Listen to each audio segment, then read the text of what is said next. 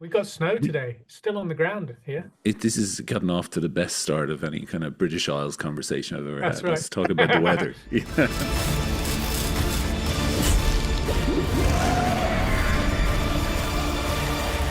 Who could possibly be behind all this?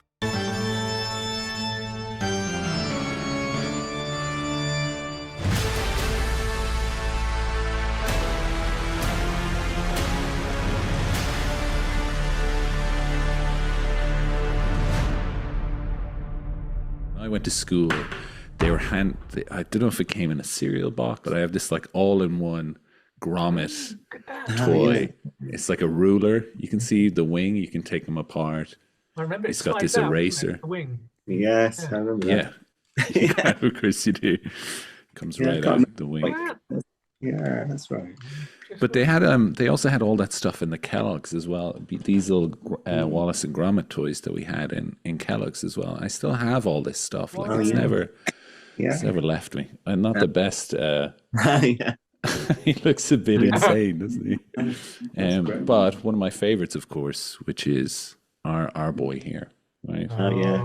Yeah. There's, Oh, yes. which the camera won't even focus on him. It's just that. Oh, there we Oh, there go. he goes. There he is. Obviously, Wallace and Gromit. It's a huge part of flying the flag of Britishness around the world, which I'm sure is not the reason why you made it. Of course. Well, I know it came from. I mean, a lot of it is Wallace and Gromit particularly is started because it started at film school, and all the references in it were kind of quite personal ones from growing up and living in the north of England myself. Growing up in the north of England and reading the Beano and comics and a lot of the references in the Grand Day Out, which is my college film, were things like objects that my granny had in the 60s, like a standard lamp or a toaster or kettle or whatever it was. There's an actual tray that Wallace carries cheese and crackers on, and even the crackers were the Jacobs orange and black and so a lot is reference to what what you. So it was just a default really, but I know like in the past, sorry Merlin, but in the past, like Chicken Run with Pete Lord, it was very much like we've got this chance to make a big movie that could go global.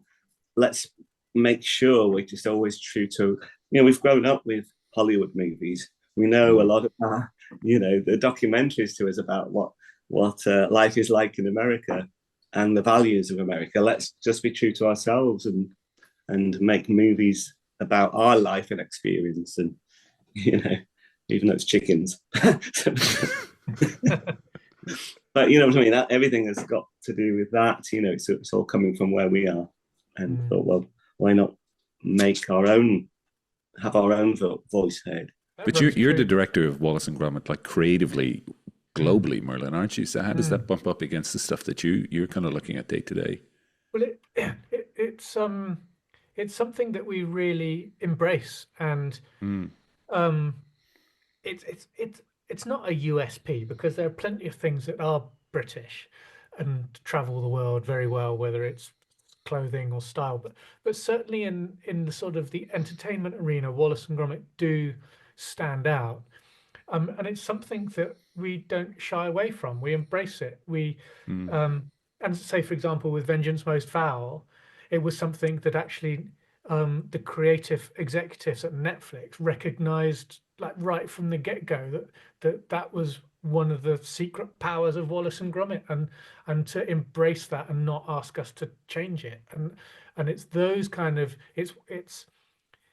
it's because it's so ingrained and because people respond to it so well that it's sort of now.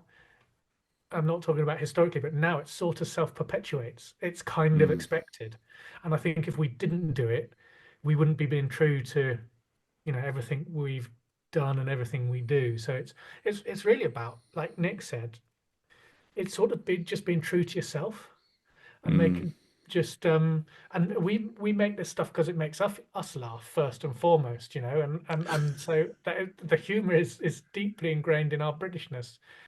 Yeah, there's no reason to change it. So because it kind of still works for us, and I think if you did change it anyhow, it wouldn't be Wallace and Gromit anymore. Let's stick on the humor for a second here, because I'm sure, well, I'm not sure how often you get asked this, but it's the comedy is so pun heavy. Like, I mean, it's so rich it begs to be played back, right? All the details in the background, like the kind of classic one, smug instead of smeg, or any, what was it in Were Rabbit? The book was written by Claude Savagely, all these, any excuse that you can to just pump in the humor. But even in the dialogue, I think one of my favorites is from Loaf and Dead, where he asks her, is she still ballooning? Are you still ballooning, Miss... I do beg your pardon. Oh, no, I mean the Bakelite balloon. Do you still fly it? Which he very quickly is like, no. Do you, how, like, I've only met you once, Nick and Merlin, right, at Annecy during the summer, so I don't know what you guys are like.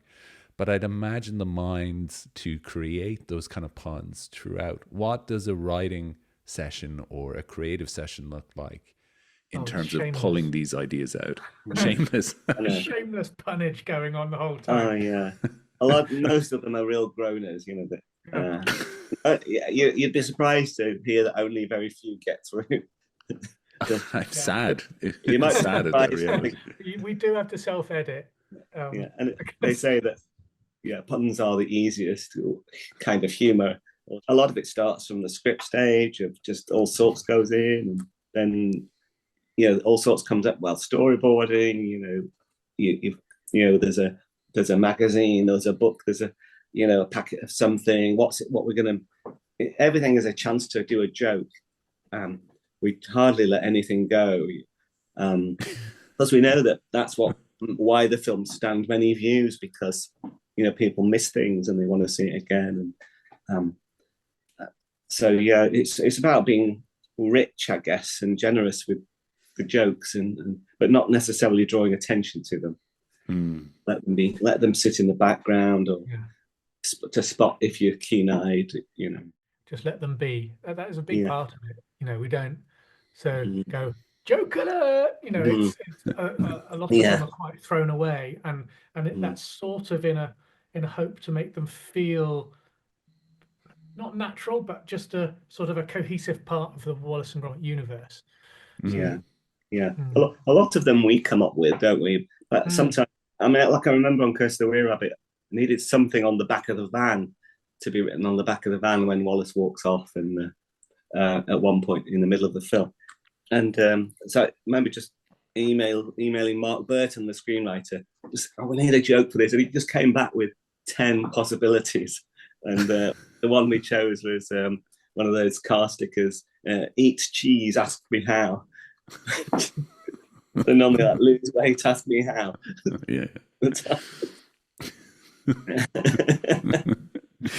It's good to get a sense of what that's like, to be honest, because I can never imagine it. You're so you guys are so kind of lovely and mild mannered that I don't know what these disastrous pun situations are like. Yeah. I mean, if we're having if we're sort of doing a story session and we're kind of batting ideas around, and something just accidentally makes us chuckle, that goes down on the list, or the opposite, if someone goes, how about this, and everyone's like, nah, it's sometimes it's like very cut and dried, you know to give it another chance, or it's like, we can just move on now. And having the sort of the trust to be that open with fellow creatives is really important, because you got to feel happy to have an idea shot down and happy to offer up another one, and it's it can be to either sort of younger or less experienced sort of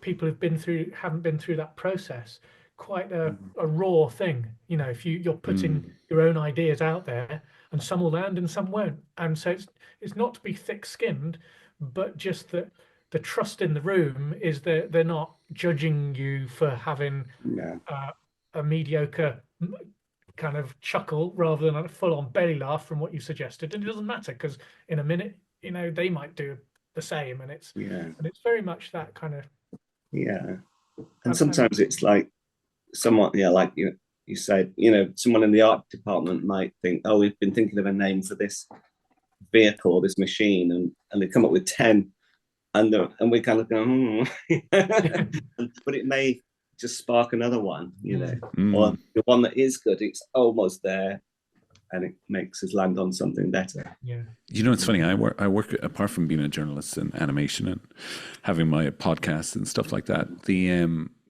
what I do to kind of bring the bread in is I work in live action, and I work in the art department for that. So I do kind of graphic design in that element. So I know exactly what you mean, because it'll be a sentence of like, we've got a burger van and we need a name for it. And then it's just like, what can we get that's funny, but also will get through legal clearances, right?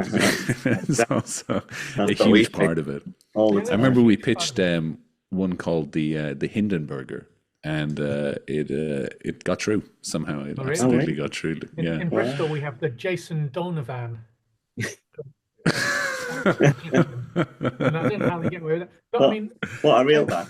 Yeah, the Jason Donovan. Yeah, up in Clifton. But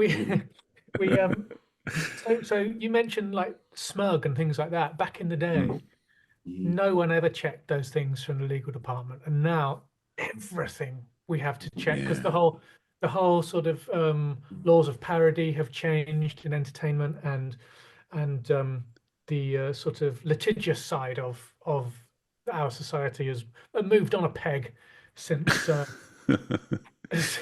And so it's getting smug across the line somehow. To run things past, and some ideas that really make us chortle quite heartily are kind of, for whatever reason, we can't get permission, or we're advised not to, and so that is a shame when that happens. But you kind of have to roll with those punches. It's always the best ones. It's always the best when you find, damn, we can't use it. I don't know. Well, if these are the worst ones that are getting in, like, I can't imagine how good the puns are. Must be people dying of laughter in that studio. Just the turnover is insane. Just people keep dying. I was looking through. I've got all these old storyboard books about from Wallace and Gromit. So I've got these books, right? The storyboard collections. But I found this image in there of one of your early sketches of feathers, and look what he's listening to there, Bach. Gromit's favorite record. That was one of the first. Exactly. Classical composer. Yeah, but just to kind of keep the consistency of that, because in this one I think we see more of his personality than ever before. Feathers, right? Because you see him playing music, being creative, which is there's criminal creativity as to how he's getting there.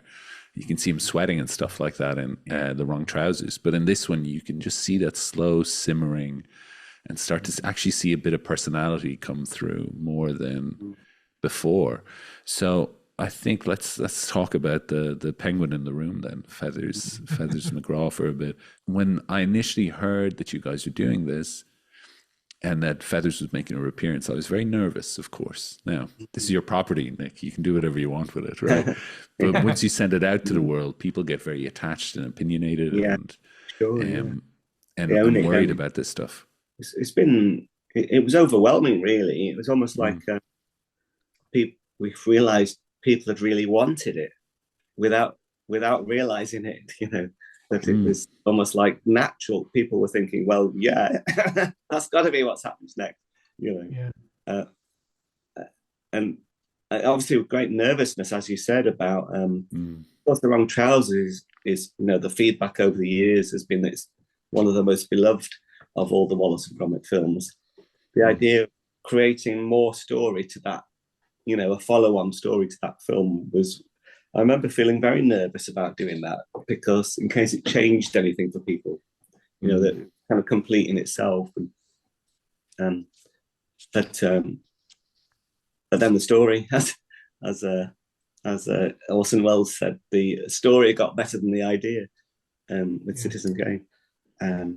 And it was just very exciting. Suddenly, it added a whole lot of having feathers in the story, just ups the gear, kind of, really, and up the ante for the story, which wouldn't have been at all the same otherwise. And it's a very new experience as well, with the sort of instantaneous, well, not very near real-time feedback from our fans and from the people who like to engage in sort of the Feathers teaser drop when we first did it, and just getting the responses about not just the excitement for the film, but oh my God, I was so scared of him when I was young. I'm so, and actual real sort of emotional, not just excitement, but oh, Feathers, I just tingles down my spine, all that kind of feedback. We got sort of we that in itself is a whole new thing that because these our films take such a long time, things move on a lot faster than we do, so getting all that kind of feedback um was extraordinary, really. I don't think we kind of expected that from Feathers. We thought they'd be like, oh yeah, Feathers back, kind of good stuff, but not the level of excitement that we received. He has to be one of the all-time animated best villains of all time, like really and truly, in terms of just the simplicity of how he's presented. I think you've said it before, that less is more with him. Just being really, yes. You're never quite sure what's going on. I know these are puppets, right? I'm treating him like an actor here. Yeah, but we're very careful to keep that enigmatic nature to him and mystery through very minimal movement. That's in the wrong crowd, really. Yeah, I know. I think Steve Box was kind of animating on him for that, wasn't he? That's right. Yeah. But I think in this one you've done such a good job in.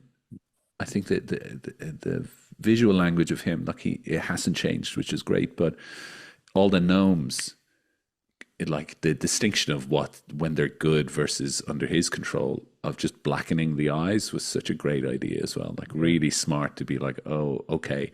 But it also gives that tell to Gromit that, oh, there's something up here. There's something up, like something from their past. Subtleties as well in the gnomes is their skin tone pales and they get rings around them, like can't sleep kind of tired rings around their eyes, which is a subtlety that you may or may not pick up after, but that is a change. Their suits don't change, but their skin tone does, and that's we felt that was. And it's the mannerisms, isn't it? We tried very much to reflect. They are the alter ego of Feathers. And there was funny because there was one shot that we did, and we learnt that you can't stray off, and we actually, got one of the animators to do a really evil-looking smirk, but it was really brilliantly done. But everyone, all our colleagues who we put the film in front of to get the reaction, felt it was wrong because it gave the Norbot too much of his own personality, rather than as if he was becoming independent of Feathers. And that was, we've just overstepped the line a bit there. So we pared it back. It's interesting. Wow. There was such rules. There are rules, You you feel like when they all turn and look, that you're in a room full of him. That kind of way, and it's so eerie. You're just kind of like, there's no way out of this. It's almost like Children of the Corn or something. It has that kind of energy of just like Village of the Damned was one of the films that we. Very remade as Midwich Cuckoos recently, which I think that was the name of the book it was based on, wasn't it? Yes, it was John Wyndham's book in the 60s. There was Village of the Damned and Children of the Damned, and the way they would just walk and stop and turn in very deliberate ways. I remember that so freaked me out as a kid, in a good way. I loved it. I loved it's that thing of you just love to be frightened, All right, Nick. I'm not sure about that now. Can't 100% agree with that one, but well, that's why I'm such a coward. Yeah. Well, you said before that the movies that really make you laugh or really scare you are the ones that stay with you, right? But when you look back on the kind of Britishness, the charm and everything that's fed into Wallace and Gromit, these films exist in a strange space where they really pull out of the thriller and horror genres in terms of the structure, But people forget about that because it's like a laugh a minute Wallace and Gromit charming film. But when you start lighting these things and the slow pacing, that music that's building everything, they're very they really do pull out of that kind of, is thriller the right word? But you know what I mean? That kind of your blood Noir. pressure. Yeah, noir. It has that kind of Gnome build noir. up. No noir, yeah. No noir, yeah, no more. Yeah. That's our new. Uh, We've created this new subgenre. well, you have though. I mean, you really have. Like, but people forget that about Wallace and Gromit. Like when you watch these things, you're like, Yeah. you might as well be watching a Hitchcock film, really. Yeah, Yeah, You know? well, I mean, it's And a we- big influence, isn't it? yeah, and we try not to be too. I don't know what the word is, but when your influences are all modern popular culture, there is some, like the cheese capture and what have you, on the computer. But we talk about the movies we grew up with all the time, don't we? And Hitchcock's Rebecca, the Mrs. Danvers character, the way she glides around like a mannequin, and Comes out of the shadows and things like that. yeah, the lighting helps create all the character, and that was a big influence. And I think that's a really important thing about making a film in the technique we have of stop motion, is that we can light it properly. It's lit on a miniature scale, but in the way that a live action director of photography would. Dave Alex Fredette, our director of photography, uses light to tell the story for us in exactly that way, and it's mega powerful. And you can sort of lean into the dark and the mysterious, like you're saying. I mean, Were Rabbit's about werewolves, and Loaf and Death's got murder in it, and we're dealing with so it's but undercut by comedy, and I think that's the delight of it. Yeah, and these brilliant third act chase sequences that just are always there. These. Yeah. I was so curious if you were going to do another train scene in this. Was that ever on the table? Well, it was. We were conscious of it because the Wrong Trousers, that it's a kind of companion piece to, has everyone kind of has been very complimentary about the train chase. So it's like, well, what do we do in this? But the canal chase has been there from the beginning, from very early on, and it was always like, well, there's never been a Bond style chase sequence on a British canal that are such backwater, quiet backwaters, with these barges. There was always like a joke, and can we pull this off? Because in a way it's the opposite of the train chase. It's a slow chase. And how long can we pull that off for? Yeah, and for me, joining Nick to direct this film, I was very much like, oh, great, the train chase. How do you? Why? So I certainly didn't want to try and copy it, because that's not that. Well, that's never going to sit. Anyway. No, that was never going to happen. That was never going to happen. But the more we spoke about this idea, and the more sort of ridiculous and the bigger and the sort of more adventurous it got, the kind of the better. And actually, yes, this is really going to work. And I think we, it really sits well in the DNA of Wallace and Gromit, which is that from the mundane comes the ridiculous. And the canal chase is a perfect example of that. When I was watching the film and I realized you teed it up for a chase, when there was a second boat, I was just like, okay, let's see what's gonna happen here. And then you had the brilliant montage of like all the things booing up, the engine getting more power, and I could sense the joke coming of like, these are not gonna be fast. I was like, barges are so slow, but it wasn't like a thing of. It wasn't a thing of, I know I would have been disappointed if they'd gone fast. I was waiting for the joke to pay off, and I was so happy it did. I was literally saying yes out loud. I was like, yes, come on, give it, yes.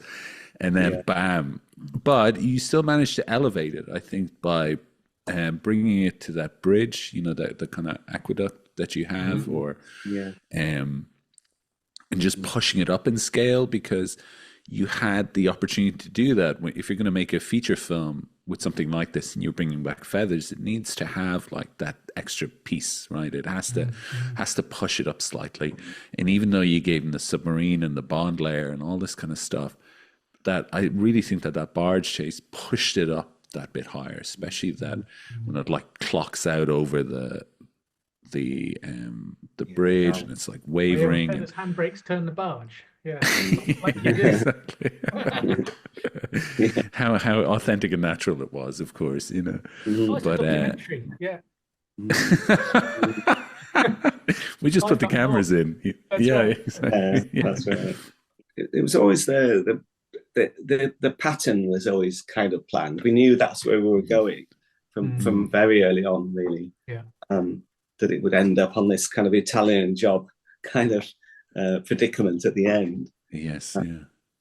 And but it was really, I mean, just backtracking slightly, the issue was because we knew we wanted this big joke about it's Fast and Furious, you know, it's montage, but then it's 4 miles an hour. But then what do we do after that? You know, it's like, where do you take it from there? And it can't be slow forever. But that's when, you know, Matt PC, you know, Chief Inspector McIntosh and Mukherjee kick in and the welly, you know, the all the welly invention and stuff. So, but yeah, it was like You knew it needed to be big and epic.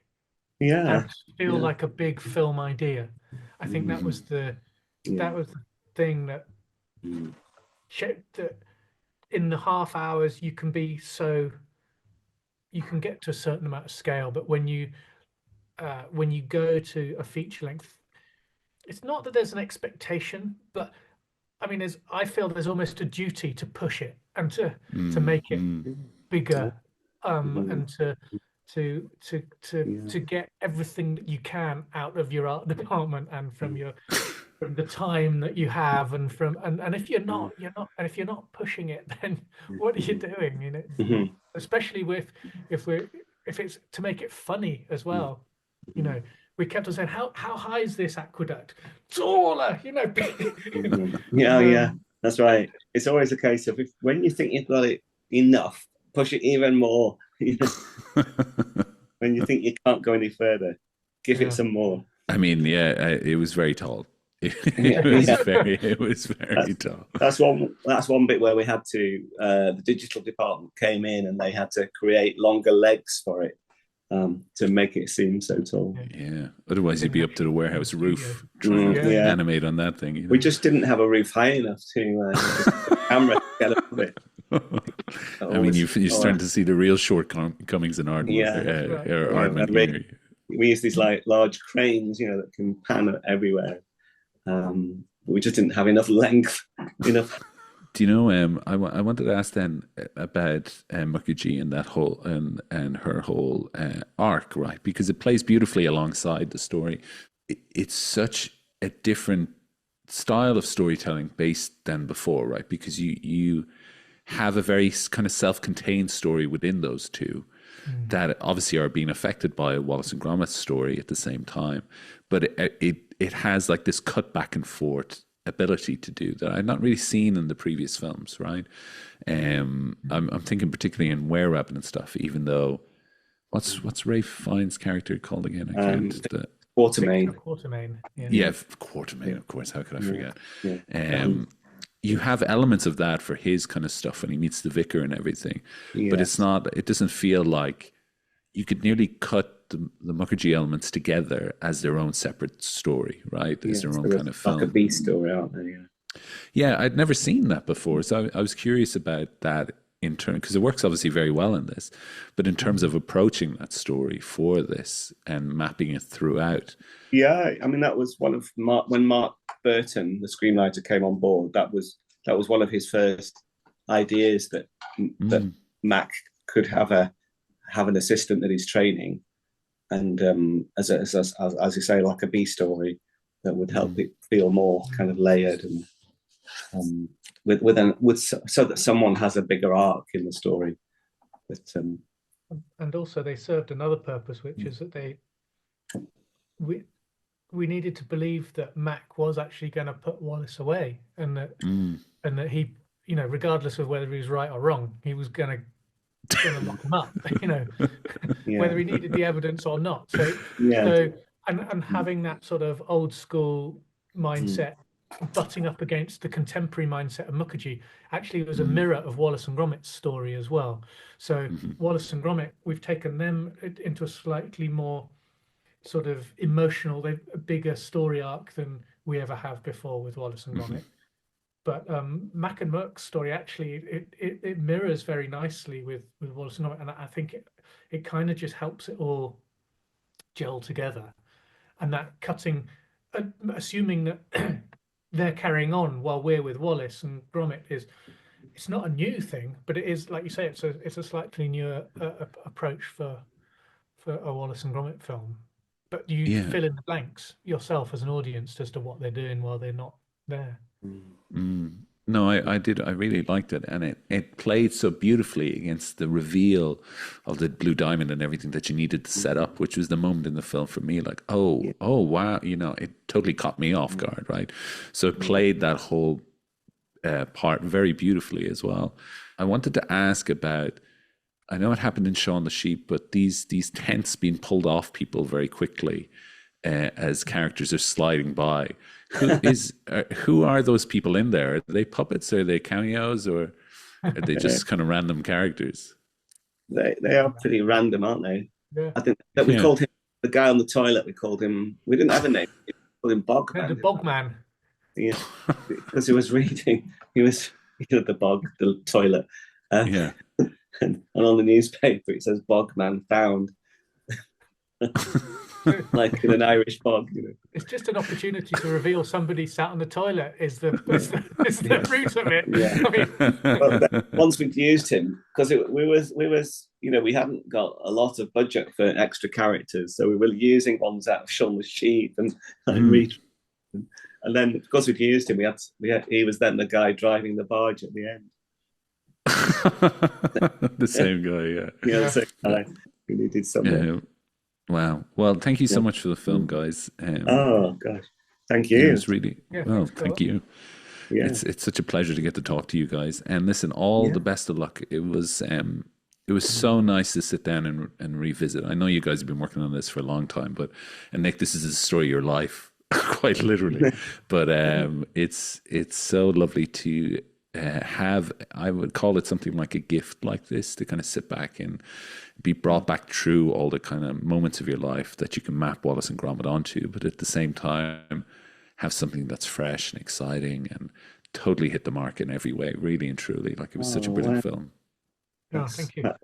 Yeah, very, very kind. Thanks. Very affirming. Yeah, it's the least I can do is compliment a really good film. So, but anyways, thank you so much, guys. And listen, have a good day. Marshall, I'll leave it to you. Cheers, Cole. Really nice talking.